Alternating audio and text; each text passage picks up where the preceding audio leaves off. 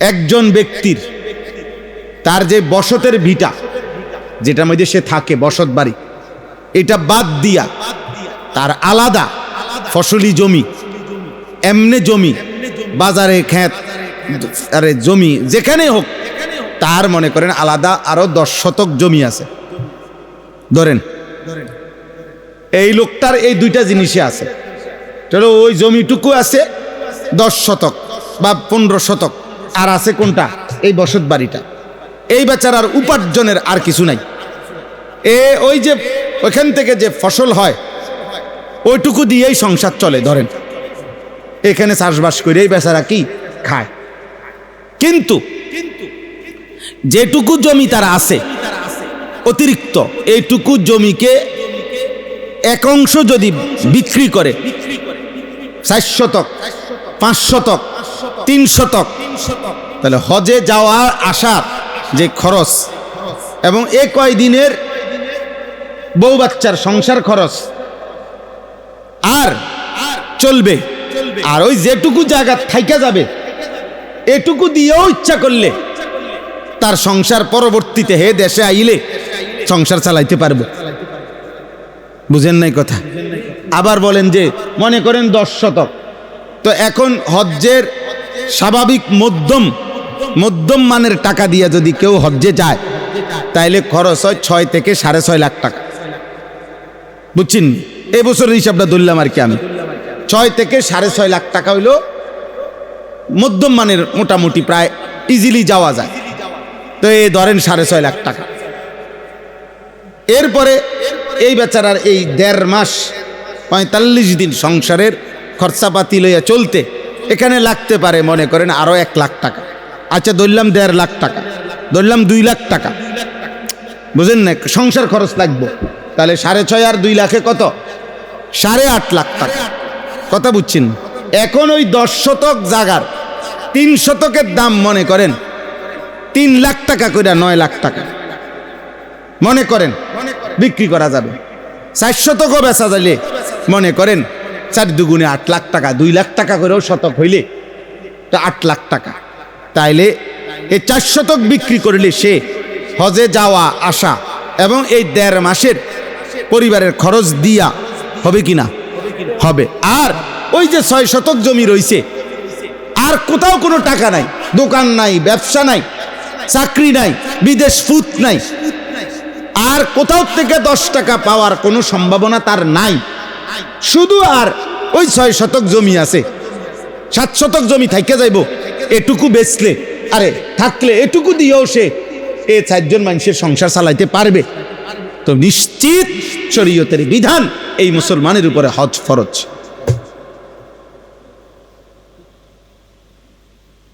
এবং এই মুসলমান যদি হজ না করে মারা যায়, আল্লাহ নবী বলছে আমি জানি না হয় ইহুদি মরল নয় খ্রিস্টান মরল, সে কিভাবে মরবে এটা হে বুঝবে, মুসলমানের মরণ হবে না। এবার বলেন, একটা শুধু স্যাম্পল দেখাইলাম, এখন বলেন তো কি পরিমাণ মুসলমানের উপরে হজ ফরজ? কথা কোন? তো হেবাড়াজি মস্কারি করে, আমাদের দেশে মানুষ মস্কারি করে না। গেলাম হইলে আরে কার মনে না চায়, আল্লাহর ঘরে চাইতো কার মনে না চায়?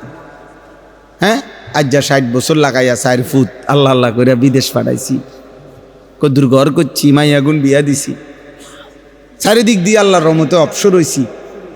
এখন যদি ফুটগুনরে নিজে মানুষ করলাম, টাকা পয়সার মিল করে দিলাম, বিদেশ পাঠাইলাম, এখন এরা যদি কেউ দয়া করে তাকে যদি আল্লাহ লোয়ায়, তারা যদি আমারে হজে পাঠায়, বাফেরে হজ করায়, তাইলে তো যাইলাম, হইলে তাইলে তো যাইলাম, নইলে না হুজুর, নইলে আমি করতে কি তানো, আমার তো কিচ্ছু নাই, আমার তো কিচ্ছু নাই, সব তো দিয়ে লাইছি জিফুতে, আপনার কিচ্ছু নাই। এই যে কথাটা বললেন, কি বললেন? এটা কি বললেন? আপনি জীবিত থাকাকালীন আপনার সম্পত্তির মালিকানা সন্তান হইতে পারে? তো তাইলে এগুলোর মালিক আপনি না? মা কথা কয় না?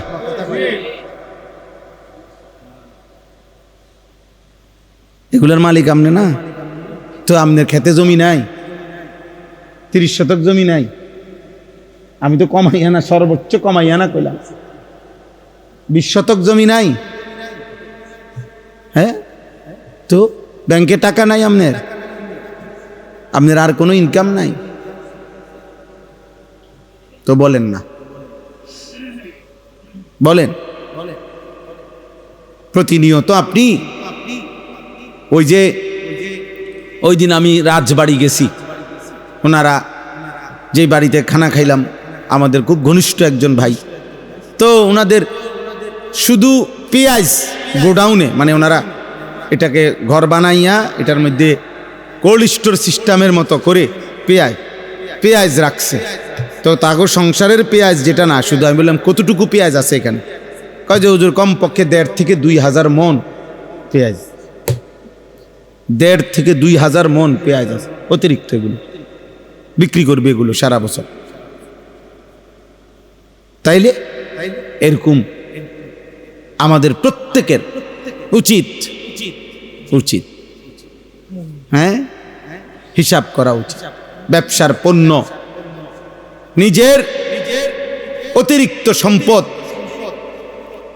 হজ ফরজ হওয়ার ক্ষেত্রে গুরুত্বপূর্ণ, কোরবানির ক্ষেত্রে গুরুত্বপূর্ণ। 52.5 বড়ি রূপার দাম সর্বোচ্চ, 1 বড়ি রূপার দাম যদি এখনকার বাজার অনেক বেশি, একেবারে বেশিও যদি হয় তাইলে 7,000 টাকা। আগে অনেক কম ছিল, 700, 800, 1200 টাকা ছিল রূপার বড়ি। এখন শুনলাম কত কইল ওই দিন কে, 5,000 ধরো, তাইলে আচ্ছা ধরো 5,000, তাহলে 52 বড়ির দাম কত আসে? বসি হিসাব করো, 5 52 পূরণ দাও, 2,60,000, আরো 2,500 কও, তাহলে 2,62,500। আরো অর্ধ বড়ির দাম ধরবে না, 5,000-এর অর্ধেক, তাহলে 2,500, কত হয়েছে? 2,62,500। এই 2,62,500 টাকা আমরা সর্বোচ্চ রেট ধরলাম।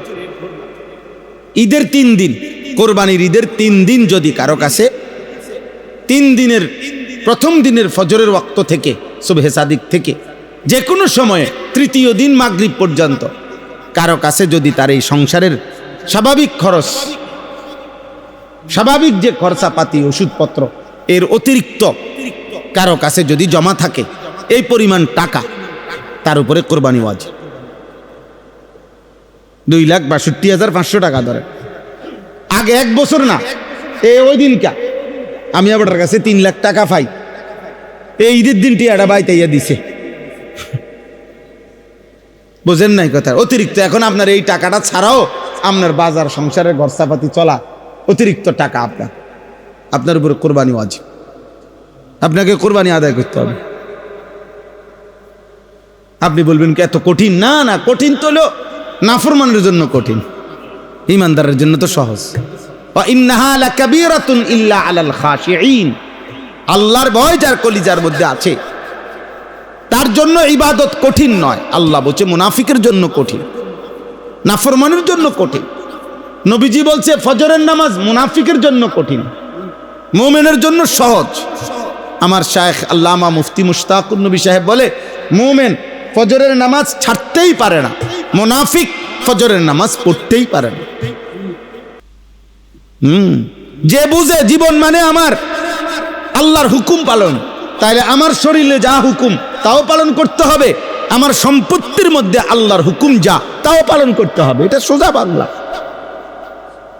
আর নাফরমান তার কাছে 1 টাকাও, 100 টাকা, 10 টাকা দান করাও তার জন্য কঠিন। 10 টাকা অসংখ্য মসজিদের মধ্যে দান করে যে দেখবেন শুক্রবারের যে টাকাটা উঠায়, সবচেয়ে মনে হয় যেন পুরা ইউনিয়নের যত অসল টাকাগুলো এক চান্সে শুক্রবার দিন এগুলা মসজিদে ঢুকে যায়। যে যেখান দিয়ে চালাইতে পারে না ওইখান দিয়া অসল টাকা, ছিঁড়া বিরা টাকা, মানে না পারতে তার কলজা ছিঁড়া গেছে এই 5টা টাকা দিতে, না পারতে বহুত খুঁজা সবচেয়ে ছিঁড়া টাকাটা মসজিদের মধ্যে দিছে। কত কলিজার মধ্যে আখিরাত নেই। সাহাবায়ে কেরাম নবীজির জামানায় একবার শুধু সাহাবায়ে কেরাম মসজিদে নববীতে যে গরিব সাহাবীরা থাকতেন সুফা, ওনাদেরকে খেজুর সাহাবারা দিতেন, খেজুর আইনা রাখিয়া যাইতেন আর কি, ওনারা খাইতেন। একদিন শুধু খেজুরের ছড়া রাখছেন একজন সাহাবী। ওই খেজুরের ছড়া যেটা কলার ছড়ির মতো, এই ছড়ির মধ্যে খেজুর নষ্ট, দুর্বল খেজুর, ভালোগুলা না, মানে বাচ্চা মনে বোঝা গেছে যে এই শরীরের খেজুরগুলো একটু কি দুর্বল, ওইটি রাখিয়া গেছে। এই এতটুকুর কারণে কোরআনুল কারীমে আল্লাহ তাআলা 4 নম্বর পারা আছে, আল্লাহ তাআলা এই যে সরাসরি কোরআনের আয়াত নাজিল করে বললেন, লান তানালুল বিররা হাত্তা তুনফিকু মিম্মা তুহিব্বুন। বান্দা শোনো, যতক্ষণ পর্যন্ত সবচেয়ে প্রিয় যা তা আল্লাহর পথে ব্যয় না করবা, কশ্চিন কালেও নেকি পাবা না। লান তানালুল বিররা, নফি তাকিদ বলান, কোনোভাবেই নেকি মিলবে না। কি সাহাবায়ে কেরাম এইভাবে সতর্ক করছেন নবীজি, আরে আল্লাহ কোরআনে সতর্ক করছে। এই জন্য বললাম আল্লাহর ঘর থেকে বাধাগ্রস্ত করা এটা কত বড় সাংঘাতিক পাপ, কত বড় সাংঘাতিক পাপ, কত বড় পাপ। আমাদের প্রত্যেকের উচিত। এবার দেখেন আল্লাহ বলেন, এইবার তর্জমা বলি শেষ, ওয়াইদ বাওয়ানা লিইব্রাহিমা মাকানাল বাইতি আল্লা তুশরিক বি শাইআ ওয়া তাহহির বাইতিয়া লিত-তাইফিন ওয়াল কাইমিন ওয়ার রুকআইস সুজুদ। আল্লাহ বলেন, শুনো বান্দা, পৃথিবীবাসী শুনো, আমি আল্লাহ নিজে আমার ঘর কাবা, আমি নূহ আলাইহিস সালামের জামানায় তুফানের সময় উঠায় নিছিলাম উপরের অংশটা, আবার সেই ঘরের জায়গাটা ইব্রাহিমকে আমি আল্লাহ তাআলা নিজে ওই ঘরের স্থান, দৈর্ঘ্য, প্রস্থ, সীমানা নির্ধারণ করে দেখাইয়ে দিছি, বলে দিছি যে আমার ঘর তুমি আবার নির্মাণ করো, আর নির্মাণ করে পৃথিবীবাসীকে ঘোষণা দিয়া দাও এই ঘরের মধ্যে, এই ঘরের ইবাদতে কোনোভাবে কেউ যেন আমি আল্লাহর সাথে শিরিক না করে, আর কিয়ামত পর্যন্তের জন্য এই ঘরকে যেন পবিত্র রাখে। আমার বান্দারা এর চারদিকে তাওয়াফ করবে, কেউ দাঁড়িয়ে নামাজ পড়বে, কেউ রুকু সেজদায় আমার বন্দিগি করবে। যতজন আমার ইবাদত, আমার বন্দিগি করতে চায় তাদের জন্য আমার ঘরকে কিয়ামত পর্যন্তের জন্য পবিত্র করে দাও, আমার বান্দারা আসবে। তো ইব্রাহিম আলাইহিস সালাম আল্লাহর ঘর নির্মাণ করছেন, সম্পূর্ণ সুন্দর করে সাজাইয়া রেডি করে। এবার আল্লাহকে জিজ্ঞেস করছেন, আল্লাহ আমি এখন কি করব, আমি আপনার ঘরের নির্মাণ ঠিক শেষ করছি, কাম শেষ। এবার আল্লাহ বললেন, ওয়াআদ্দিন ফিন নাস বিল হজ। এবার তুমি ইব্রাহিম পৃথিবীবাসীকে, আমার বান্দাদের মাঝে হজ্জের ঘোষণা দিয়ে দাও, আমার এই ঘরের কাছে যেন তারা হজ করতে আসে। ইব্রাহিম আলাইহিস সালাম বললেন, আয় আল্লাহ, হজ্জের ঘোষণা দিব মানে কারে ঘোষণা দিব? এখানে তো কোনো মানুষই নাই। মানুষই তো আমি, আমার ছেলে ইসমাইল, আর এই অল্প কোগা মানুষ, এগুলোর লগে থাকে যে কয়জন মানুষ, হইতো না 50 জন এগরে। আর আপনি বলতেছেন ফিন্নাস, পৃথিবীর সমস্ত মানুষের মধ্যে ঘোষণা দিতাম, মানুষ কই? আর দ্বিতীয়ত আমি এখানে যত জোরেই চিৎকার করি সারা পৃথিবীর মানুষ শুনবে কেমনে? আল্লাহ তাআলা বললেন, নাদি ওয়া আলাইয়াল বালাগ। ইব্রাহিম তুমি ঘোষণা দাও, আজান দাও, আমি আল্লাহ পৌঁছানোর দায়িত্ব। কিয়ামত পর্যন্ত আমার এই ঘরে কারা কারা আসবে এটা আমি নিয়ে আসবো। ইয়াতুকা রিজালান ওয়া আলা কুল্লি দামিরিন ইয়াতিনা মিন কুল্লি ফাজ্জিন আমিক। আল্লাহ তাআলা বলেন, যুগে যুগে কিয়ামত পর্যন্ত ইব্রাহিম কেউ পায়ে হেঁটে কাছের থেকে আসবে, কেউ এত দূর থেকে আসবে বাহনে চড়ে, গাধায় চড়ে, ঘোড়ায় চড়ে, উটের মধ্যে চড়ে, এত দূর থেকে আসবে। এই ঘরে দেখো, আমি বললাম যে আসতে আসতে আসতে এত দূরত্বের কারণে মানুষ না, ডাইরেক্ট বাহন, গাধা, ঘোড়া, খচ্চর, উট পর্যন্ত দুর্বল হয়ে যাবে। বাহন দুর্বল হয়ে যাবে, মানুষ তো দুর্বল হবেই হবে। এত দূর থেকে হলেও আমার বান্দা এখানে আসবে। তুমি আজান দাও, তুমি ঘোষণা দাও, তুমি ঘোষণা দাও। আজকের পৃথিবীতে আমরা এটাতে বুঝাইবার লাগে বলি, এত দূর থেকেও পৃথিবীতে ফ্লাইট হয়, এই হজের ফ্লাইট এত দূর থেকে আসে যে কোনোভাবেই এক ফ্লাইটে আপনার আইসা পৌঁছানো সম্ভব না, বরং বাহন মানে বিমান দুর্বল হয়, মাঝখানে ট্রানজিট নিয়ে তেল নিতে হয়, ফুয়েল নিতে হয় তাকে।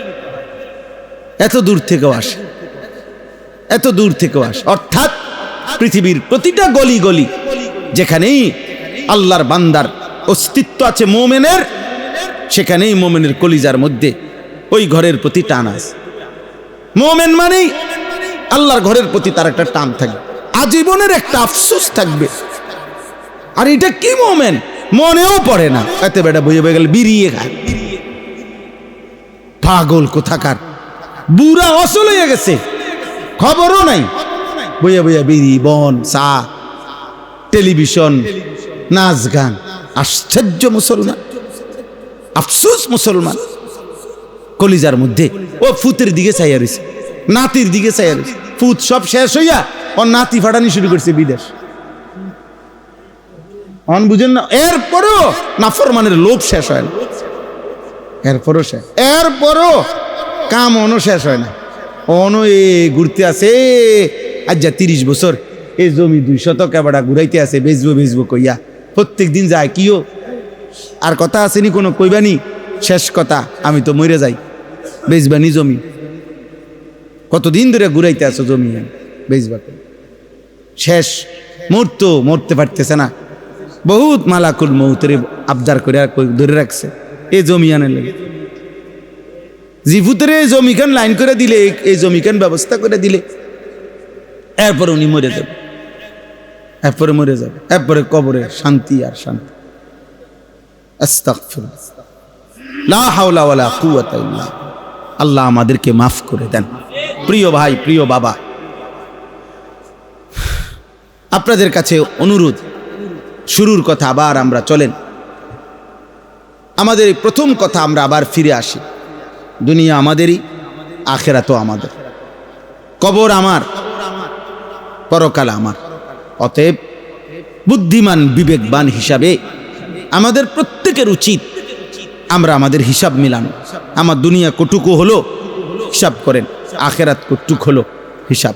সম্পদ এটা আল্লাহই দিছেন আমাকে, অতএব এখানে যদি যাকাত ফরজ হয় দেব, হজ আসলে হজ করব, কোরবানি হইলে কোরবানি আদায় করব, পরে যা থাকে তা দিয়ে হিসাব মিলাবো। একজন বুদ্ধিমান মানুষ তো, যেই কোনো মানুষ, তার পকেটে যে কয়টা টাকা নিয়ে সে বাজারে যায়, সংসারের যে কয়টা খরচ, তার তো মাথার মধ্যে একটা পরিকল্পনা করে। সে 5টা মিনিট সে ভাবে আমি কয় টাকার মাছ কিনবো, কয় টাকার চাল কিনবো, আমার চাইলেও দরকার, মাছও দরকার। এখন আমার কাছে টাকাই আছে 1000 3000, আমি চাইলে কিনে নিলাম 3000 টাকা।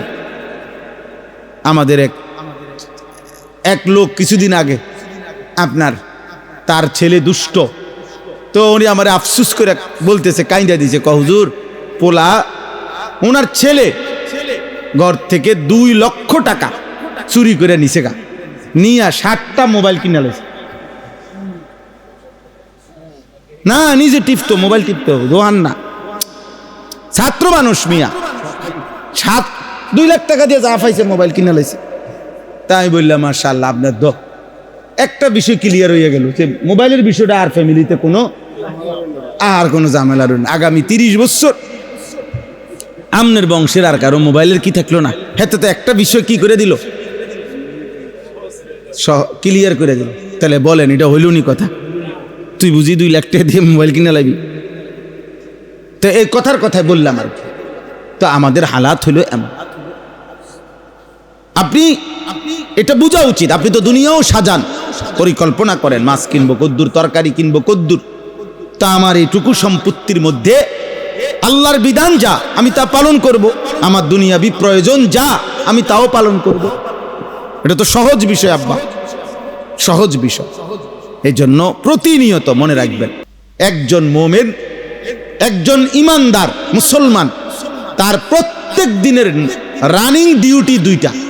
এক, মুসলমান মানেই প্রতিদিন নামাজ পড়ে, মুসলমান মানেই প্রতিনিয়ত নিয়মিত দান করে, খরচ করে আল্লাহর রাস্তায়। মনে রাখেন এটা।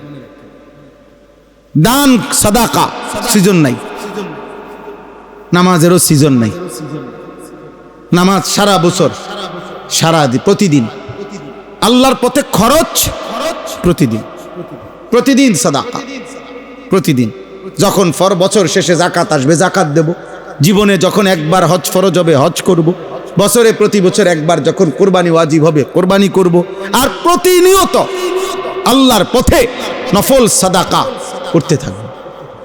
রমজানের রোজা সিজনে, হজ সিজনে, জাকাত বছরে একবার সিজনে, কিন্তু দান সাদাকা নিয়মিত, নামাজ নিয়মিত। এই জন্য আপনারা এই অভ্যাস করেন। পরিমাণ আপনি নির্ধারণ করবেন, আল্লাহর পথে খরচ করবে। কেউ 10 টাকা খরচ করবে, কেউ 10 লাখ টাকা খরচ করবে, কিন্তু খরচ করবে প্রতিনিয়ত। এটা মুমিনের সিফাত, মুমিনের বৈশিষ্ট্য। রাসূলুল্লাহ সাল্লাল্লাহু আলাইহি সাল্লাম বলেন, এই কিতাবে আছে, আল্লাহ নবী বলছে, ইত্তাকুজ যুলম, জুলুম থেকে বাঁচো, ফা ইন্না যুলমা যুলমাতুন ইয়াউমাল কিয়ামা, প্রত্যেকটা জুলুম কিয়ামতের দিন তোমার জন্য অন্ধকার হয়ে যাবে। এরপরে নবীজি বলছে, ওয়াত্তাকুশ শুহা, কৃপণতা থেকে বাঁচো, ফা ইন্না শুহা আহলাকা মান কানা ক্বাবলাকুম, তোমাদের পূর্বের জাতিদেরকে আল্লাহ কৃপণতার কারণে ধ্বংস করে দিয়েছে। আপনি খরচ করেন, আনফিক উনফাক। নবীজি সাল্লাল্লাহু আলাইহি সাল্লাম বলছেন, আল্লাহ বলে হাদিসে কুদসি, বান্দা তুমি আমার জন্য খরচ করো, আমি তোমার জন্য খরচ করব। তুমি আমাকে দাও, আমি তোমাকে দেব, আমি তোমাকে দেব, আমি তোমাকে দেব। তোমার যা দিচ্ছ দান, এটা তো আমিই দিছি, আল্লাহ দিছে না? কথা বলেন। আপনি যে 10 টাকা দান করলেন, এই 10 টাকা আপনি কোত্থেকে আনলেন? আপনি যে 10,000 টাকা দান করলেন, এই 10,000 টাকা কোত্থেকে আনলেন? আল্লাহ দিছেন, আল্লাহ দিছে, আল্লাহ আবার দিবে। যিনি এখন 10,000 দিতে পারছে, তো তিনি আবার দিতে পারবে না? কথা বলেন না? তো এটা শেষ হয়ে গেলে আর পাবেন না, তো আপনি এরপরে কি মরে যাবেন? তো আগের বার আল্লাহ দিছে না, তো পরের বার কে দিবে? তো আর অসুবিধা কি এখানে? যত সহজ, এটা বুঝতে হবে, এটা ভাবতে হবে, আলহামদুলিল্লাহ চেষ্টা করতে হবে নিজের জীবনে। আমাদের এটা অভ্যাস বানানো উচিত, কম বেশি সাদাকা প্রতিনিয়ত করা। আল্লাহ নবী বলছে, যত সাদাকা করবা তত বালা মুসিবত, পেরেশানি, অভাব, অস্থিরতা দূর হয়ে যাবে। নবীজি হাদিসে বলছেন, এই হাদিসটাই বলছি, নবীজি বলছে, তোমরা বারবার হজ করো, বারবার উমরা করো। নবীজি ওয়াদা দিছে, তাবিউ, একটার পর একটা হজ করো, একটার পর একটা উমরা করো। কি হবে? আল্লাহ নবী বলছে, নিশ্চয়ই হজ এবং উমরা অভাব এবং গুনাহ এভাবে মিটিয়ে দেয়, মুছে দেয়। অভাব এভাবে দূর করে দেয়, গুনাহ এভাবে দূর করে দেয় যে লোহা যেমন আগুনের মধ্যে পোড়াইলে, অথবা স্বর্ণ যেমন আগুনে পোড়াইলে, রৌপ্য যেমন আগুনে পোড়াইলে ওইখান থেকে ঝংকার খাদ যেভাবে একদম সরে যায়, আল্লাহ নবী সাল্লাল্লাহু আলাইহি সাল্লাম বলছে, হজ এবং উমরা অভাব এবং গুনাহ এভাবে দূর করে দেয়, এভাবে দূর করে। فإنهما ينفيان الفقر والذنوب كما ينفي الكير خبث الحديد والذهب والفضة। আল্লাহ নবী সাল্লাল্লাহু আলাইহি সাল্লাম বলছেন। এজন্য আমরা এই আজকের এই ছোট্ট, আমি মৌলানা ইয়াসিন জাফরি, তার এই মাদ্রাসা আমাদেরই মাদ্রাসা। আলহামদুলিল্লাহ, আমি বলছিলাম যে দিনে ফাঁক পাই বলমু, একদিন এই মনে কয়দিন আগে বললাম, মজলিস করেন, বৃষ্টি হোক, তুফান হোক, যা হয়, 1 জন হোক 10 জন হোক, এটা বাচ্চারাও পড়বে, তো আপনারাও শুনবেন। আপনাদেরও আজকে কিছু জানা হলো না? কথা বলেন না কেন? কে ভাবছিল 6 মাস আগে, 1 বছর আগে, হ্যাঁ, এখানে আমরা ভাই সহ, কাকা সহ আসছি দেখতে, রাত্রে ওটার লাইট, মাহিন কাকার লাইট দিয়ে, ওটা লাইট দিয়ে ওটা এখানে দেখাইছে, ওখানে দেখাইছে, অন্ধকারের ভিতরে। কেউ ভাবে নাই এখানে মাদ্রাসা হবে, এখানে আপনারা বসবেন, আল্লাহর কোরআন পড়বে, এই ছোট্ট মাসুম বাচ্চা আল্লাহর কোরআন শোনাবে, এই মাদ্রাসায় পড়ে, এরকম বাঁশমুড়ার তলে কে ভাবছে রে আব্বা?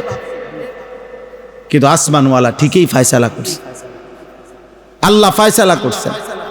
পবিত্র কোরআনুল কারীমের 17 নম্বর পারা 22 নম্বর সূরা, সূরাটির নাম হচ্ছে সূরায়ে হজ। এই সূরার 25, 26, 27 এই 3টি আয়াত আমি এই মাত্র তেলাওয়াত করলাম।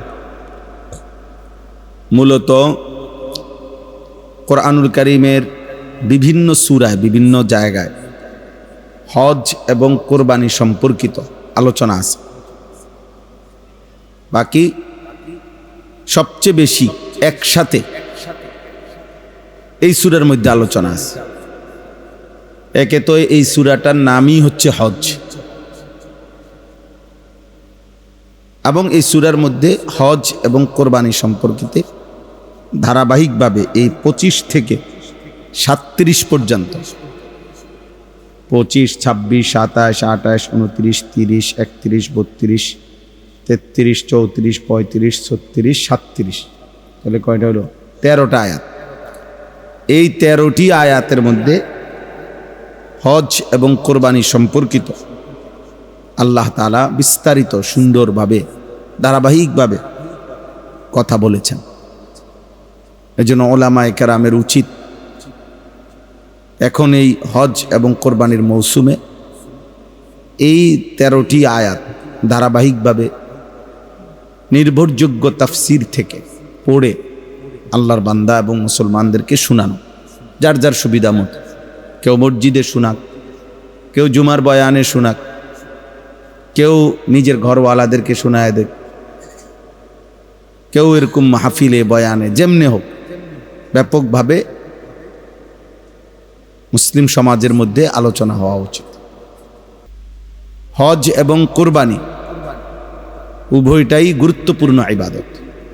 হজ ফরজ ইবাদত, ফরজ ইবাদত। ইসলামের মূল 5টি ভিত্তির মধ্যে একটি ভিত্তি।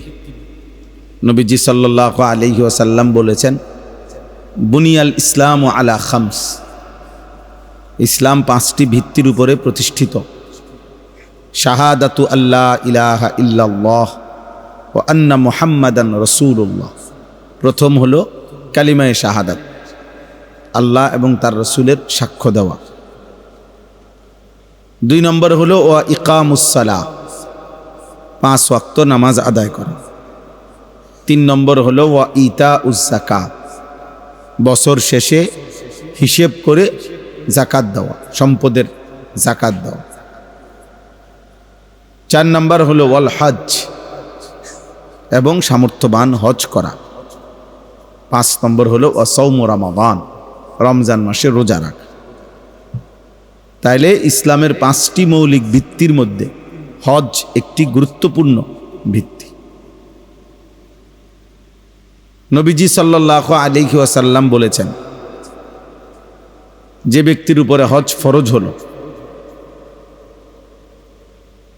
হজে যাওয়ার জন্য যে পরিমাণ সম্পত্তি শরীয়ত নির্ধারণ করছে থাকতে হয় ওইটা ছিল, এবং যাওয়ার সফরের জন্য তার যে শারীরিক সক্ষমতা, সুস্থতা, এটাও আছে, এবং আসা যাওয়ার যে যাতায়াতের নিরাপত্তা ব্যবস্থা তাও আছে। তাহলে সবই ছিল, শারীরিক সুস্থতাও আছে, আর্থিক সম্পদও আছে, শরীয়তে নির্ধারিত যেটুকু এটুকু। আপনার কাছে বেশি আছে না কম আছে ওইটা দেখার বিষয়। ইসলামী শরীয়ত একটি নির্দিষ্ট পরিমাণ নির্ধারণ করে দিছে, ওইটা থাকা, আর হলো আসা যাওয়ার পথ নিরাপদ থাকা। তাহলে সব কিছুই ঠিক ছিল, কোনো বাধা, কোনো প্রতিবন্ধকতা নাই। শরঈ মানে যৌক্তিক, শরীয়ত যেগুলোকে বাধা বলছে ওই রকম কোনো বাধা নাই, অথচ সে হজ না করে মৃত্যুবরণ করল। নবী সাল্লাল্লাহু আলাইহি ওয়াসাল্লাম বললেন, হয়তো সে ইহুদি হয়ে মরল, নয়তো খ্রিস্টান হয়ে মরল, এটা বেঈমান হয়ে মরল, মুসলমান হয়ে মরল না। ফালিয়ামুত ইনশা ইয়াহুদিয়ান ইনশা নাসরানিয়ান, সে মরুক হয়তো ইহুদি হয়ে নয়তো খ্রিস্টান। ফালা আলাইহি আন ইয়ামুতা ইয়াহুদিয়ান আও নাসরানিয়ান, কোনো সমস্যা নাই। আল্লাহর নবী বললেন কোনো পরোয়া নাই, এটা ইহুদি হয়ে মরুক বা খ্রিস্টান হয়ে মরুক, আমি নবী, আমার এটা নিয়ে কোনো টেনশন নেই। এমন নাফরমানের জন্য আমার কোনো পেরেশানি নেই। তাহলে কেমন ভয়ানক কথা, কি সাংঘাতিক কথা। আল্লাহ তাআলা বল, নবী সাল্লাল্লাহু আলাইহি সাল্লাম বলছেন, কোরআনুল কারীমের মধ্যে আল্লাহ বলছেন, ওয়ালিল্লাহি আলান নাসি হিজ্জুল বাইতি মান ইসতাতাআ ইলাইহি সাবিলা।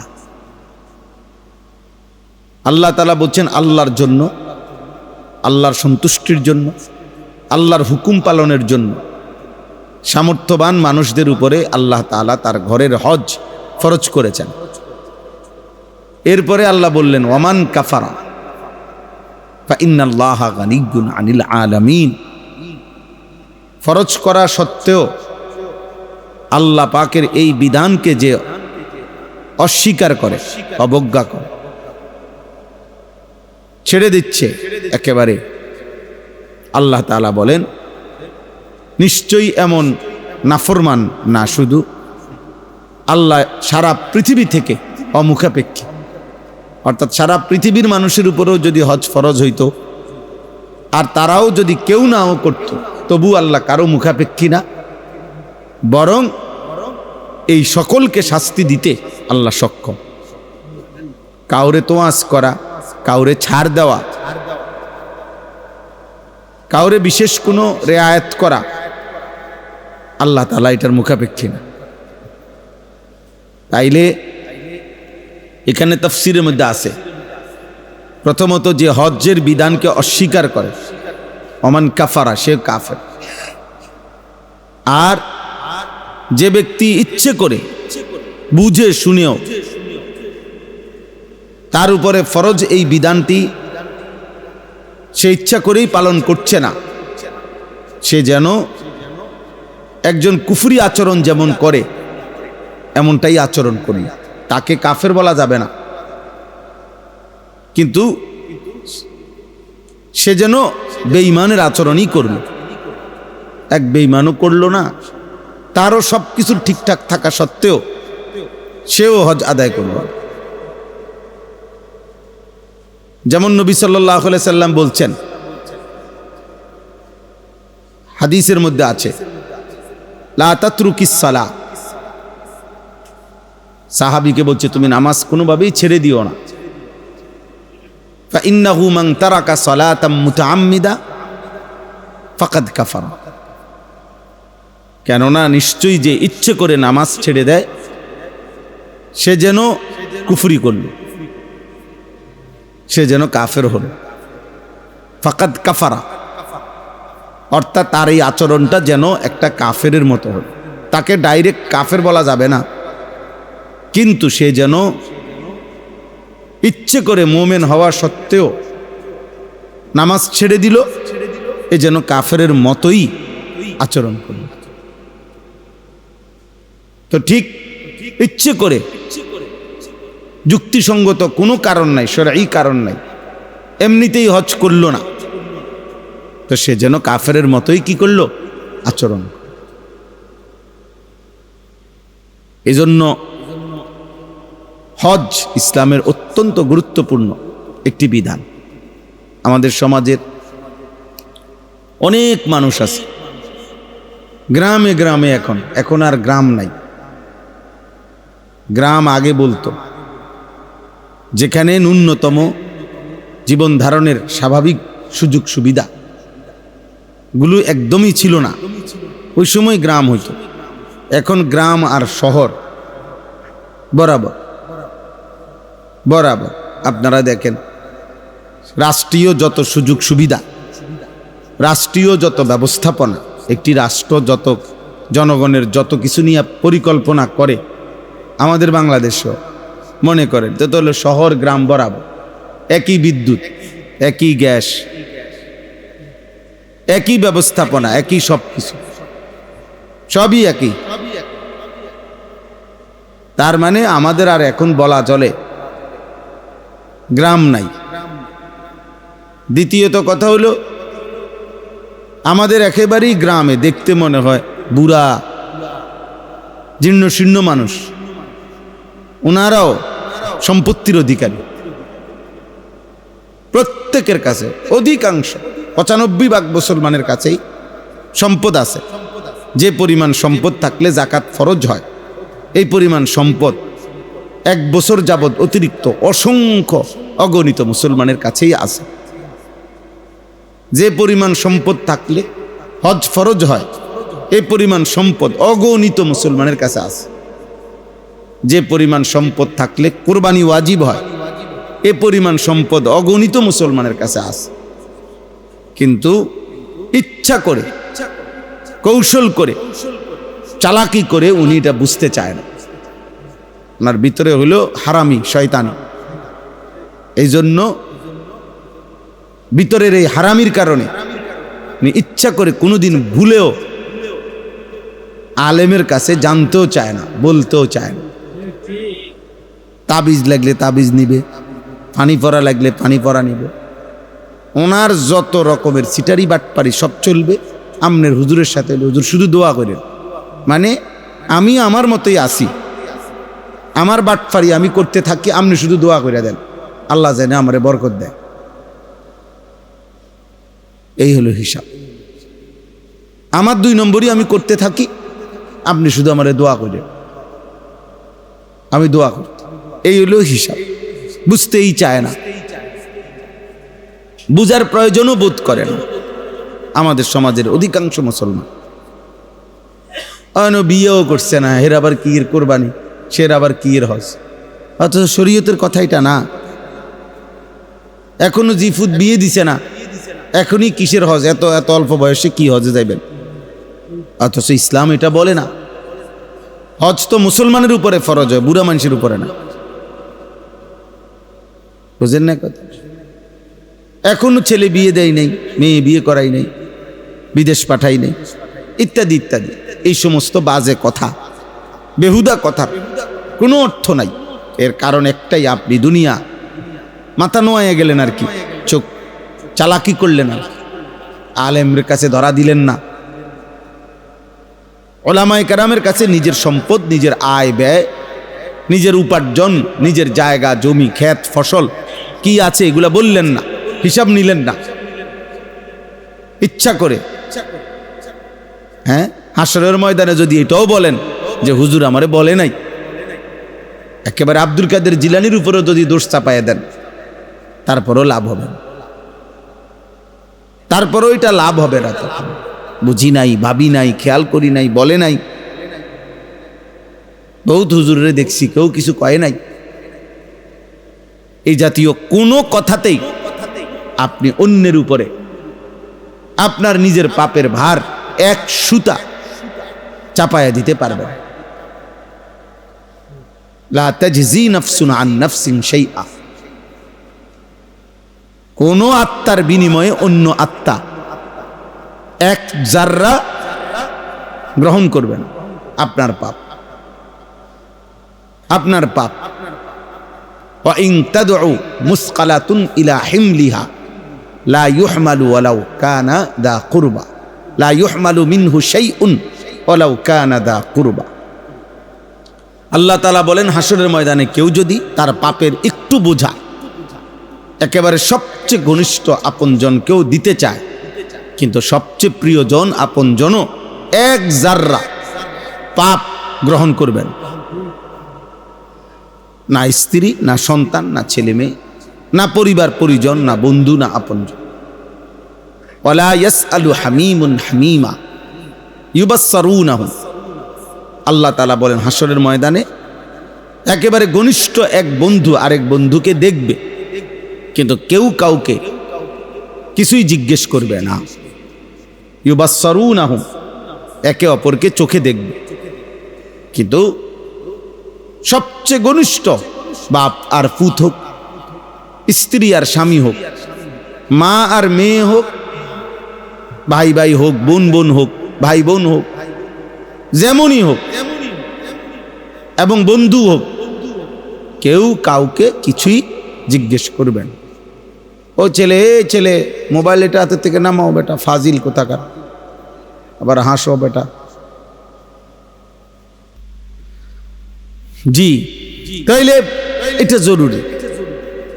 শুধু হজ্জের প্রসঙ্গ না, আল্লাহর বিধানের ক্ষেত্রে, আল্লাহর বিধানের ক্ষেত্রে ঘাড় নোয়াইয়া মাথা নোয়াইয়া চালাকি করে নয়সই কথা ঠিক না, কারোর জন্যই ঠিক না।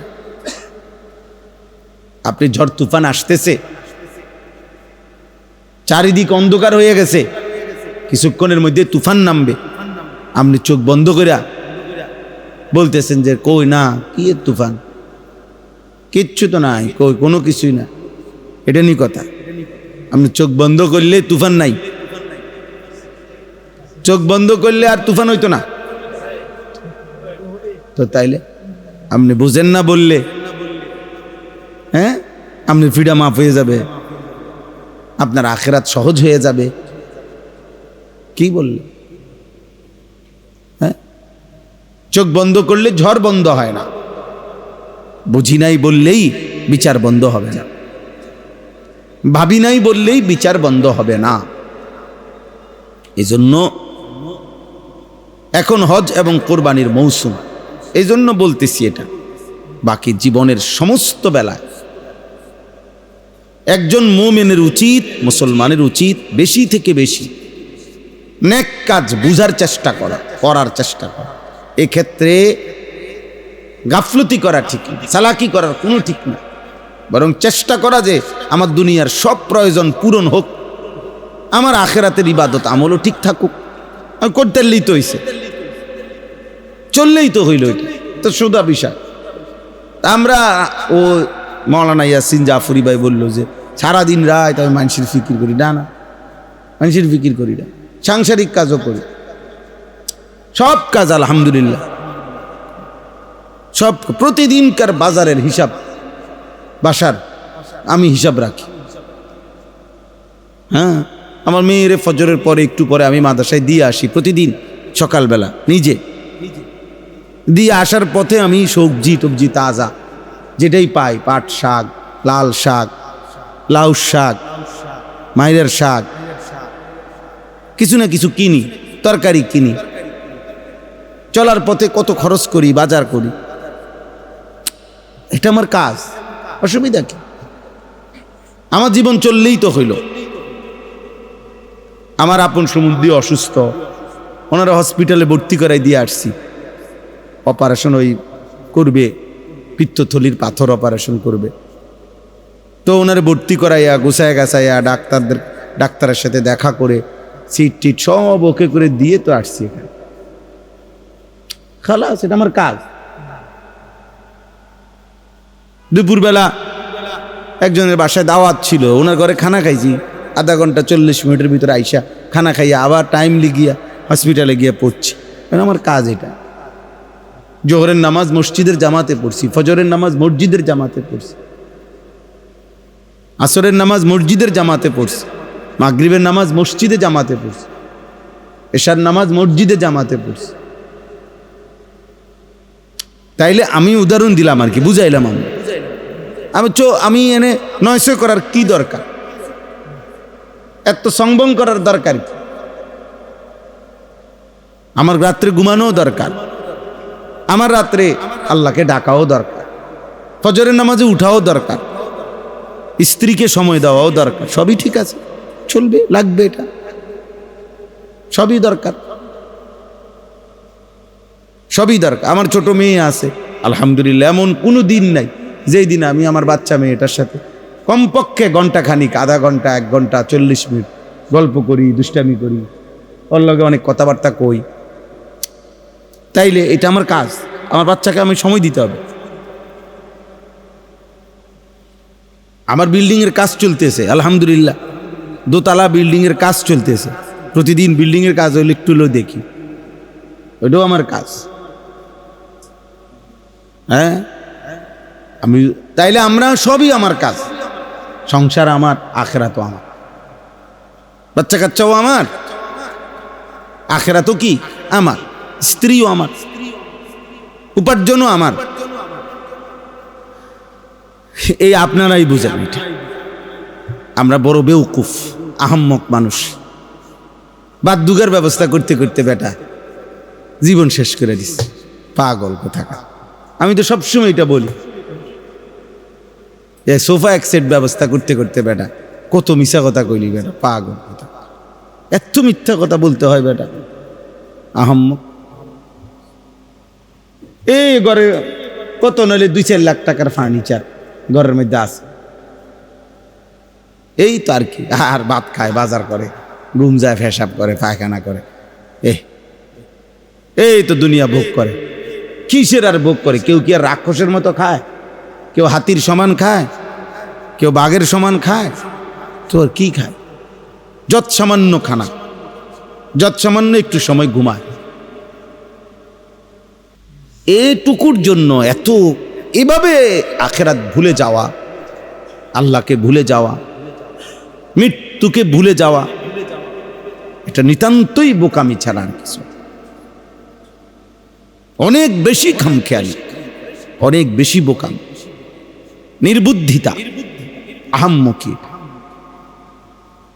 আহাম্মক। বুড়া মানুষ, বুড়া মানুষ এখনো মিথ্যা কথা বলে, আরে কি ডাকায়। বুড়া মানুষ এখনো গালি দেয়, কি অসভ্য মানুষ, লজ্জা শরম নেই, দাড়ি পাইকা গেছে, এখনো গালি দেয়, এখনো মিথ্যা কথা বলে, এখনো হারাম, এখনো দুনিয়া। ইচ্ছা কাল তুমিলাল আরদ, আল্লাহ বলছে মাটিটাকে যেন কামড়াইয়া ধরে রাখছে, মাটিকে কামড়াইয়া ধরে রাখছে। দুনিয়া ছাড়বা না, দুনিয়া মাটি তোমারে লাথি দিয়া কবরে পালাই দিবে, লাথি দিয়া পালাই দিবে। যা না ফরমান, একদিন কবরে ফেলে দিবে, বলবে সর এখান থেকে। তোর চাইতে কত বড় বড় অহংকারীদেরকে ফেলে দিছি বেটা, তুমি আইছো না মাতবরি কর। তাইলে আমার কথা মনে রাখবেন, উচিত বুদ্ধিমান সহজ হইলে একদম ইজিলি বিষয়, আখিরাত আমার লাগবে, এটা আমার অংশ, খালাস। আমাকে নামাজ পড়তেই হবে, তো আমাকে সবই দরকার, আমার লাগবে, আমার গুণ দরকার, আমার এটা লাগবেই। আমার স্ত্রীর সাথে আমার থাকা দরকার, এটা আমার লাগবেই। আমার ছেলে মেয়েকে আমার সময় দেওয়া দরকার, আমার এটা লাগবেই। আমার বাজার সদাই করতে হবে, আমাকে এটা লাগবেই। আমার দুনিয়া সংসারের উপার্জন দরকার, আমি উপার্জন করব, মেহনত করব, অসুবিধা কি? কিন্তু এক আখিরাত এবং পরকালকে একদম সাইড করে বাদ দিয়া, দিন রাত লুঙ্গি গোঁজ দিয়া দুনিয়া সাজানো, ব্যস্ত হওয়া, অথচ কোনো দিক দিয়েই সাজানো হয় না, থেকেই যায়। আজকে 12 তালা হসপিটাল, অত্যাধুনিক হসপিটাল কুমিল্লা শহরে, আমি ইচ্ছে করে নাম বলতেছি না কিছু। এখন ওইখানের 8 তালার মধ্যে গিয়ে দেখি অন্য পানি উঠছে, পানি পড়তেছে, ওই যে মুছতে আছে, বস্তা মুস্তা দিয়া ভিজা শুকাইতে আছে, বৃষ্টি যে কি বৃষ্টি, কোনান দিয়ে পানি পড়লো, কোনান দিয়ে পানি পড়লো। এত দামি হসপিটালে কোটি কোটি টাকার খরচ করছে, যেখানে সমস্যা থেকেই যায়, সমস্যা থেকেই যায়, প্রয়োজন থেকেই যায়, শেষ হয় না আব্বা। দুনিয়া কোনোদিনও শেষ হয় না, দুনিয়াকে ছাড়তে হয়, একদিন ছেড়ে দিতেই হয়। এই অপূর্ণাঙ্গ অতৃপ্তি রেখেই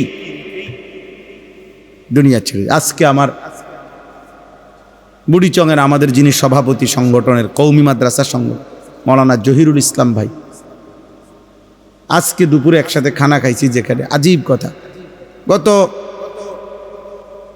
সপ্তাহখানে 3-4 দিন আগে উনি একটা মাহফিলের বিষয়ে, উনি একজন লোক, এক মৌলানা সাহেব, ঢাকা শহরে একটা মাদ্রাসায় পড়ায়। আমার একটা ডেটের লাগে ওদের কতবার যে উনি বলছে আমার, জহির ভাই, বলতে বলতে শেষে গত মনে 2 দিন না 3 দিন আগে ওনার একটা ডেটের কথা বলছি। এরপরে উনি ওই যে মাহফিলটা চাইছে, ওনার সাথে আগেও কতবার যোগাযোগ করছে। এর মধ্যে উনি লাস্টের দিকে যখন যোগাযোগ করছে, উনি তখন হসপিটালে ভর্তি, উনার লিভার জন্ডিস হয়েছে।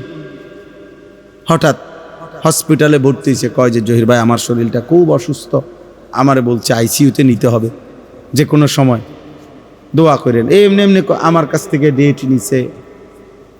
গতকালকে আপনার সকালবেলা খুব সম্ভব উনি ওনারে খুঁজতেছে, আগের দিন রাত্রে ডেটটা পাইছে, এখন জানাই তো ওনারে, কোনোভাবেই ওনার নাম্বারে পাচ্ছে না। বহুত পরে গিয়া দুপুরবেলা ওনার ভাইয়ের নাম্বার সংগ্রহ করে ওনার ভাইয়েরে বলছে, কি ও ভাই, উনি কই? মৌলানা আবুল কালাম ওনার নাম, উনি কোথায়? ওনার তো ফোনটা পাইতেছি না, ওনার শরীরের কি অবস্থা, কইল অসুস্থ। তো ওই ভাই কাইন্দা দিছে যে ভাই তো কি আধা ঘন্টা হয় মারা গেছে, কালকে রাত্রে জানাজা হয়েছে। তো জহির ভাই আমারে বলতেছে, ভাই আমার আফসুস হইল যে আমি তো ওনার কত ডেটটা শুনাইতে পারলাম না, আমার মাহফিলের ডেটটা কি করতে পারলো না, শুনাইতে পারলো না। বলেন কি আশ্চর্য দুনিয়া, আশ্চর্য। তাইলে অপূর্ণাঙ্গ রেখেই, অজস্র আশা আকাঙ্ক্ষা রেখেই আমাদেরকে দুনিয়া থেকে চলে যেতে হবে, চলে যেতে হবে। যারা আমরা নামাজ পড়ি না, আমরা ভুল করছি, আসলে ভুল করছি, একেবারেই বোকামি হইতেছে। হাজারো চেষ্টা করেও মিথ্যার পাহাড় জমাইয়া, বাটপাড়ির পাহাড় জমাইয়া, অন্যায়ের পাহাড় জমাইয়াও কেউ তার চাহিদা পূরণ করতে পারে না। তো কাজে তার চাইতে ভালো দুনিয়া যাই পূরণ হোক, আখেরাত ঠিক করি, এটাই তো ভালো ছিল, এটাই তো উত্তম ছিল। তো এই জন্য বললাম, এটা আমাদের উচিত বুদ্ধিমান হিসাবে। আল্লাহ তাআলা কোরআনুল কারীমের মধ্যে কিশোর, যুবক, বুড়া, জওয়ান, মা বোন সবাইকে আল্লাহ বারবার বলছে, বান্দা শোনো, প্রকৃত পক্ষেই জীবন হলো আখিরাত। আখিরাত ওয়া ইন্নাদ দারাল আখিরাতা লাহিয়াল হায়াওয়ান, আখিরাতই জীবন, আখিরাতই জীবন, আসল জিন্দেগি আখিরাত। অতএব এই হজ্জের এই বিধানটাও, কোরবানির বিধানটাও ইসলামের বিধান। আপনারা এখানে যারা উপার্জন করেন, বিবাহিত হোক অবিবাহিত হোক, একসাথে সংসার হোক ভিন্ন হোক, বিদেশ প্রবাসী হোক, দেশের কোনো উপার্জনকারী হোক, চাকরি হোক, ব্যবসা হোক, দোকান হোক, কৃষি হোক, আপনাদের প্রত্যেকের প্রথম কথা একত্রে বলে নিলাম, প্রথম দায়িত্ব আপনারা আপনাদের যার যার সুবিধা মতো নির্ভরযোগ্য আলেম কারো কাছ থেকে এ কথা শুনাইয়া বলা যে হুজুর আমার এই সম্পত্তি, এই আমার উপরে হজ ফরজ কিনা, আমার উপরে কোরবানি ওয়াজিব কিনা, এটা কমপক্ষে নিজের মাসআলা, নিজের হিসাব নিজে একজন আলেম থেকে বুঝে নেওয়া উচিত। এটা আমরা একসাথে বলা যে এটা একটা কোনো পাইকারি রেট দেওয়া সম্ভব না, বুঝেন? এটা হিসাব, যার যার হিসাব তার তার হিসাব। আপনার হিসাব আপনি না বললে আমি বলবো কেমন? আপনার মোট আয় ব্যয় কি আছে না আছে তা আমি বলতে হবে আমাকে, আপনি একজন আলেমকে শুনাইতে হবে, উনি না পারলে উনি আরো বড় হুজুর থেকে জেনে নিবে, উনি জেনে নিবে, উনি বুঝ করে দিব। আমাদের এটা উচিত। আমাদের সমাজে অসংখ্য ছেলে উপার্জন করে, হয়তো অবিবাহিত, কিন্তু রোজগার করে, তাদের উপরে কোরবানি ওয়াজিব হয়, এরা কোরবানি করে না। আমাদের দেশে অসংখ্য অগণিত ছেলে যারা বিদেশ থাকে, তাদের কাছে আয় আছে, তারা বাড়িতে ওই সারা বছর যেরকম মাঝে মাঝে টাকা পাঠায়, কোরবানির বসেও টিয়া 10,000 বাড়াইয়া 20,000 টাকা বাড়াইয়া বাড়িতে টাকা পাঠায়। ও বাড়িতে একজনের নামে কোরবানি হয়, হয় বাপের নামে, নয়তো মার নামে, নয় বাপ মার নামে, আর সবাই মিল্লা গোস্ত বাগাবাগি করে খায়। হেরা মনে করে বাড়িতে একজন কোরবানি হইলেই হইছে, না বাড়িতে কোরবানি হইলেই হইছে না, যতজনের উপরে কোরবানি ওয়াজিব ওদের প্রত্যেকের পক্ষ থেকে কোরবানি আদায় করতে হবে। এটা তো ওয়াজিব, এটা তো ওয়াজিব। আপনার ছেলের উপরে কোরবানি ওয়াজিব, তার সম্পত্তি থাকার কারণে সেটা আপনার নামে আদায় করলে হবে না। আবার আপনাকে সে দিবে না কেন? আপনি তার বাবা, তার মা, তো সে তো সারা বছরই টাকা দেয় বাপ মারে, তো এখনো দিবে। সংসারে যেই টাকাটা দেয় সেটা তো আলাদা কথা। তো এরপরে যে সে জমায়, ব্যক্তিগত কম অল্প অল্প করে জমায়, তো ওইটা তার মালিকানা না? কথা বোঝেন নাই? তো ওই মালিকানার উপরে কোরবানি আসবে না, তো সেটা কখন আদায় করবে সে? আমরা বাইত কোরবানি হয়েছে, তোমরা বাইত কোরবানি হইল নাকি? এজন্য এটা জরুরি বুঝা, খুব জরুরি। নবীজি সাল্লাল্লাহু আলাইহি ওয়াসাল্লাম বলেছেন, মান কানা লাহু সাআতুন ওয়া লাম ইউদাহি ফালা ইয়াকরাবান্না মুসাল্লানা।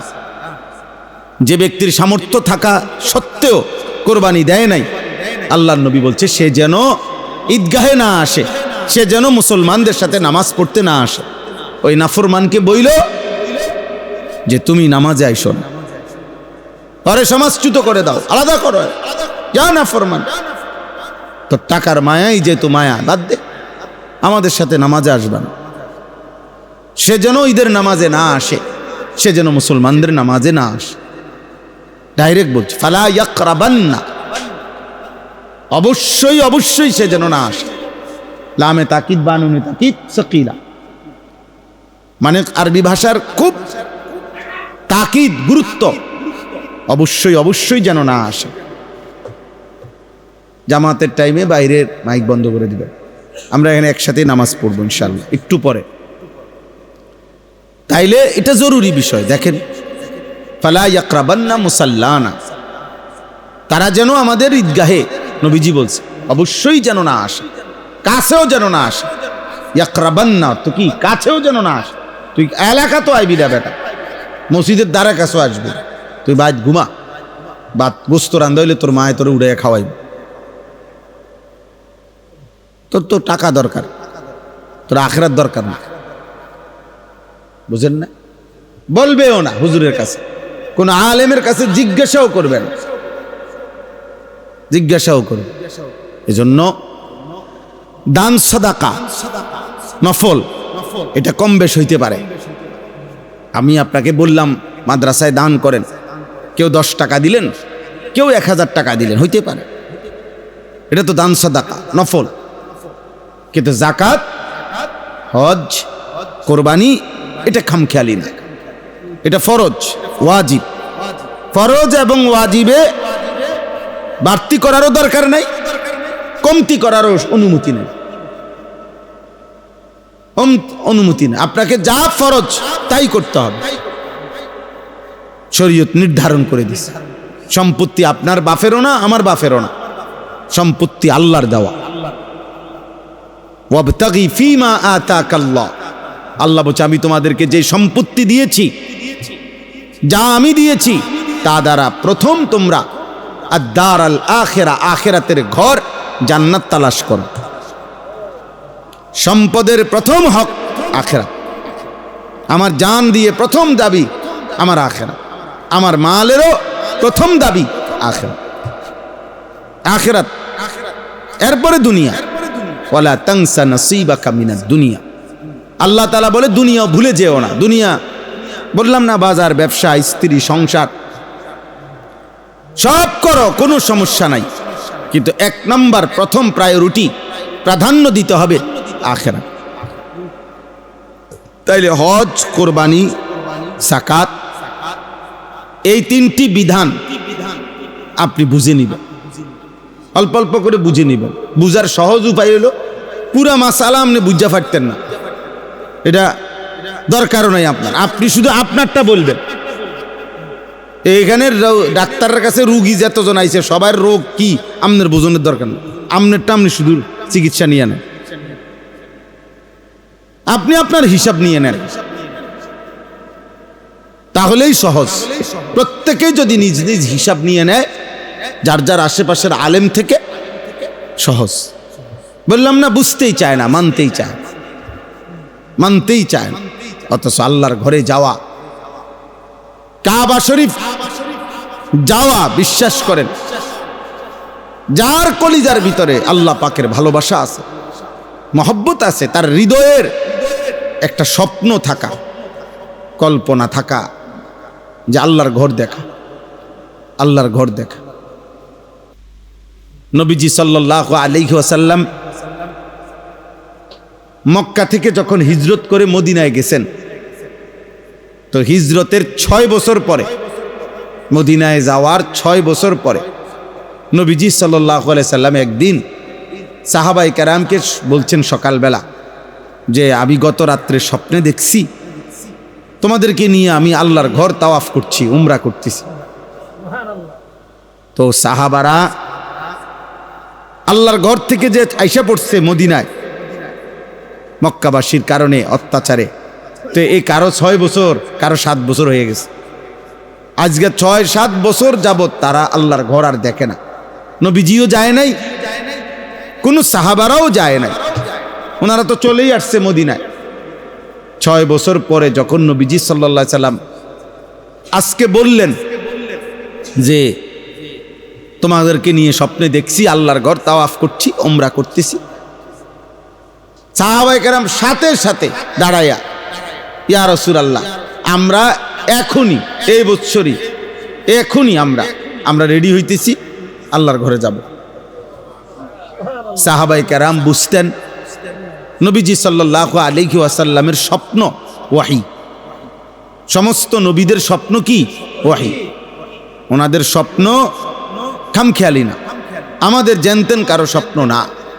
যেমন ইব্রাহিম আলাইহিস সালাম, উনি বলছেন ওনার ছেলে ইসমাঈলকে, আমি স্বপ্নে দেখেছি, ইন্নী আরাফিল মানামি, আমি স্বপ্নে দেখছি তোমাকে জবাই করতেছি আল্লাহর হুকুমে। তো ছেলে ইসমাঈল এটা বলে নাই যে আব্বা, মাত্র 8-10 বছর 12 বছরের ছেলে, ইমানদারের সন্তান, উনি বুঝে, এই এত ছোট বয়সে উনি বুঝে যে নবীর স্বপ্ন ওয়াহী, নবীর স্বপ্ন মামুলি কিছু না।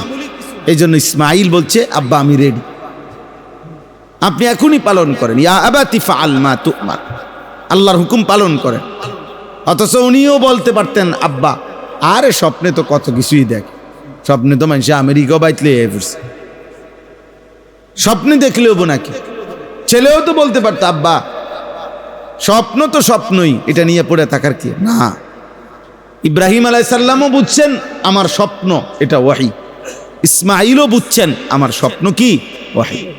তো আজকে যখন নবী সাল্লাল্লাহু আলাইহি সাল্লাম বললেন আমি স্বপ্নে দেখছি তোমাদেরকে নিয়ে আল্লাহর ঘর তাওয়াফ করছি, সাহাবারা বুঝছেন এটা নবীর স্বপ্ন ওয়াহী, অতএব ওনারা রেডি হয়ে গেছে। আল্লাহর নবী সাল্লাল্লাহু আলাইহি সাল্লাম 1400 কিংবা 1500 সাহাবী নিয়ে মদিনা থেকে মক্কার উদ্দেশ্যে আল্লাহর ঘর তাওয়াফ করবে, উমরা করবে, এই উদ্দেশ্যে নবীজি সাল্লাল্লাহু আলাইহি সাল্লাম রওনা দিয়েছেন। তো রওনা দিয়া মদিনার কাছাকাছি, আর সরি মক্কার কাছাকাছি একটা জায়গা হুদাইবিয়া, হুদাইবিয়া জায়গাটার নাম, ওইখান পর্যন্ত যখন আসছেন আল্লাহর কুদরতে নবীজি সাল্লাল্লাহু আলাইহি সাল্লামের উট নিজে নিজে বসে গেছে ওইখানে। তো উটে যখন বসে গেছে আল্লাহর নবী সাল্লাল্লাহু আলাইহি সাল্লাম বললেন হাবাসাহা হাবিসুল ফিল, আল্লাহর ঘরের দিকে ঢুকতে গিয়ে আব্রাহার হাতি, সেই হাতিকে যিনি বসায় দিছিলেন ঘরে পৌঁছবার আগেই আমার উটকেও সেই আল্লাহই বসায় দিছে কুদরতি ভাবে, নিশ্চয়ই আমরা অপেক্ষা করো, থামো, ভিতরে আমরা খবর নাও। তখন সাহাবী পাঠাইছেন, উনি খোঁজ খবর নিয়ে গোপনে কৌশলে খবর নিয়ে আইসা বলছি ইয়া রাসূলুল্লাহ, মক্কার কাফেররা তাদের ঢাল তলোয়ার নিয়ে প্রস্তুত, কোনোভাবেই আপনাকে আমাদেরকে মক্কা শরীফ ঢুকতে দিবে না, আল্লাহর ঘরের তাওয়াফ করতে দিবে না, কোনোভাবেই না। তারা জান দিবে, লড়াই করবে, যুদ্ধ করবে, কিন্তু আপনাকে কাবা ঘরের কাছে আসতে দিবে না, তাদের সিদ্ধান্ত। আল্লাহর নবী সাল্লাল্লাহু আলাইহি সাল্লাম বললেন হায়, আমি তো এই বছর এখন যুদ্ধ করতে আসি নাই, মূলত আমি আসছি শুধু কাবা তাওয়াফ করব, উমরা করব। উমরা মানে 3 ঘন্টার কাম, 3 থেকে 4 ঘন্টা সময়ের কাজ হলো উমরা। উমরা মানে আল্লাহর ঘরের চারদিকে 7 চক্কর দেওয়া, সাফা মারওয়া পাহাড়ে 7 বার আসা যাওয়া করা, এরপরে মাথা মুন্ডন করা, শেষ, খালাস। এই 3 থেকে 4 ঘন্টা টাইম লাগে, আরো কমও লাগে অনেক সময়। এতটুকুর নামে উমরা। তা আমি তো এটুকু করতে আসছি, আমি তো আবার আমার উমরা আমরা শেষ করে আমরা আমাদের পথে মদিনায় ফিরে যাব। কিন্তু ওদের সিদ্ধান্ত ওরা দিবে না। শেষ পর্যন্ত এই হুদাইবিয়া নামক জায়গায় নবীজি তাবু ফেলছেন এবং অনেক ঘটনার পরে, অনেক কথাবার্তার পরে যাইতে দেয় নাই। নবী সাল্লাল্লাহু আলাইহি সাল্লামের সাথে তারা মক্কাবাসী চুক্তি করছেন। এটাকেই বলা হয় হুদাইবিয়ার সন্ধি। এই চুক্তিনামার মধ্যে সিদ্ধান্ত হয়েছে এবছর ফিরে যাবে, আগামী বছর আইসা এই উমরাটা কাজা করবে। এবং নবীজি সাল্লাল্লাহু আলাইহি সাল্লাম পরের বছর আইসা এই উমরাটা কাজা করছেন, সাহাবাদেরকে নিয়ে উমরা করছেন পরে। কিন্তু এই যে আল্লাহর ঘরে ঢুকতে বাধা দিল এরা, তো এখানে তাদের কয়েকটা কাজ করলো। এক নাম্বার হলো এরা আল্লাহর সাথে, এই মক্কাবাসী প্রথম হলো এরা আল্লাহর সাথে কুফরি করলো, এরা তো কাফের মুশরিক। 2 নাম্বার, যে মানুষগুলো আল্লাহর পথে চলতে চায়, ইসলামের পথে, তারা তাকে আল্লাহর পথে চলতে তাদেরকে বাধা দিচ্ছে। 3 নাম্বার, আল্লাহর ঘর মসজিদ, মসজিদে হারাম কাবা, আল্লাহ তাআলা সৃষ্টির শুরু থেকে কিয়ামত পর্যন্তের জন্য এটা ভিতরে যারা বসবাস করে এই কাবার আশেপাশে এবং বাহিরের থেকে যারা এটার ভিতরে ঢোকে এই মক্কা নগরীতে, সবার জন্য আল্লাহ তাআলা কিয়ামত পর্যন্তের জন্য এই কাবা, মসজিদে হারাম এবং হজ্জের সাথে সংশ্লিষ্ট যেই জায়গাগুলো, কাবা, মসজিদে হারাম, সাফা মারওয়া, মিনা, আরাফা, মুজদালিফা, এই জায়গাগুলো কিয়ামত পর্যন্তের জন্য গোটা পৃথিবীবাসীর জন্য, ইমানদারদের জন্য ওয়াকফ, মুক্ত, সবার জন্য অনুমতি। এখানে কারো অধিকার নাই আটকাইয়া রাখা, বাধা দেওয়া। অথচ এই মানুষগুলো তারা তো মক্কার মসজিদে হারামের পাশে থাকে না, শুধু তোমাকে থাকতে দিছি আমি, আর তোমরা আমার বান্দারা আসতে চায়, তোমরা তাদেরকে বাধা দিচ্ছ। এই অধিকার কই পাইলা? কেউই পাইলা। তদুপরি সিদ্ধান্ত নিছে যে কাবার চত্বরে মসজিদে হারামের কাছে যদি ওরা আসে, রক্তপাত করবে, এদেরকে হত্যা করবে মুসলমানদেরকে। তো আল্লাহ তাআলা বলেন, আমার ঘরের কাছে এই ধর্মদ্রোহী, আল্লাহদ্রোহী কাজ, এত বড় জুলুম, এই ইচ্ছা পোষণ করলা কেমনে? তো আল্লাহ তাআলা এখানে 4টি অপরাধের বর্ণনা দিছে। 1 নাম্বার, যারা কুফরি করলো। 2 নাম্বার, যারা আমার বান্দাদেরকে আল্লাহর পথে চলতে বাধা দিল। 3 নাম্বার, যারা সবার জন্য অনুমতি যেই মসজিদে হারাম সেখানে ঢুকতে বাধা দিল। 4 নাম্বার, আমার হারামের সীমানার মধ্যে যারা আমি আল্লাহর হুকুমের লঙ্ঘন করে জুলুম অত্যাচারের ইচ্ছা পোষণ করলো, আল্লাহ দ্রোহী কাজের, আমি এই সমস্ত নাফরমানকে বললাম নুজিকহু মিন আযাবিন আলীম, আমি তাদেরকে অত্যন্ত ভয়ানক মর্মান্তিক শাস্তি দেব। এইটা হলো এই প্রথম আয়াত। এতক্ষণ এই বুঝাইলাম। ইন্নাল্লাযীনা কাফারু, নিশ্চয়ই যারা কুফরি করলো, ওয়ায়াসুদ্দুনা আন সাবিলিল্লাহ, আল্লাহর পথ থেকে যারা বাধা দিচ্ছে, ইসলাম, এখানে সাবিলিল্লাহ আল ইসলাম তাফসীরে আছে, ওয়াল মসজিদিল হারাম, এবং মসজিদে হারামে আসতে যারা বাধা দিচ্ছে, আল্লাযী জাআলনাহু লিন-নাসি সাওয়াআনিল আকিফু ফীহি ওয়াল বাদ, যেই ঘরটি, যেই মসজিদটি আমি বানিয়েছিলাম পৃথিবীর সমস্ত মানুষের জন্য, চাই সে আভ্যন্তরীণ হোক বা বহিরাগত হোক, মানে চাই সে মক্কা নগরীর হোক অথবা মক্কা নগরীর বাহির থেকে হোক, আমি তো সবার জন্যই বানাইছিলাম। সেই ঘরে আসতে যারা বাধা দিচ্ছে।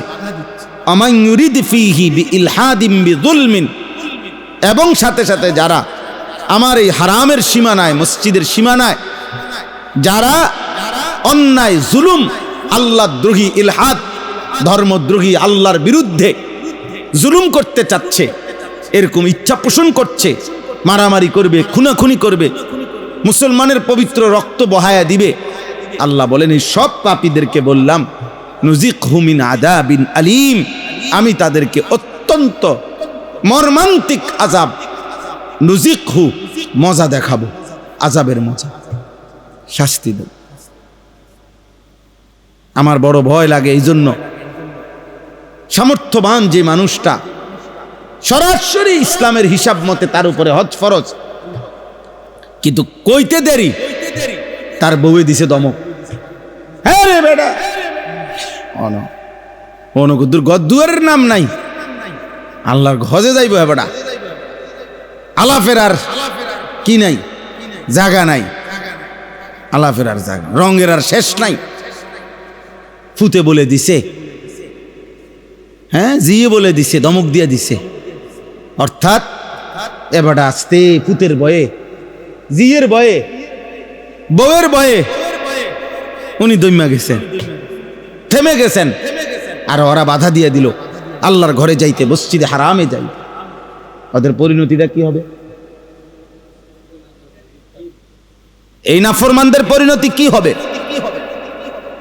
তাইলে আপনারা বলেন, আপনারা আপনাদের ছেলে মেয়ের বিয়ে, বিদেশ, বিল্ডিং, সংসার, এর সাথে হজ্জের বিধানকে ফিরায় দিলেন, ফেলে দিলেন, বাদ দিয়ে দিলেন। আপনারা কাজটা কি করলেন? কার বুদ্ধিতে করলেন? কার পরামর্শে করলেন? কার দমকে করলেন?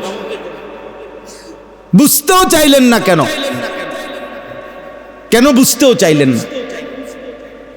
কেন বুঝতেও চাইলেন? আপনাকে আমি একটা ছোট্ট হিসাব বলি, একটা হিসাব বললে বুঝবেন। অনেক উদাহরণ আমি আগেই বলছি, প্রত্যেকের দায়িত্ব হলো নিজেরটা নিজে কি করে নেওয়া, বুঝে নাও।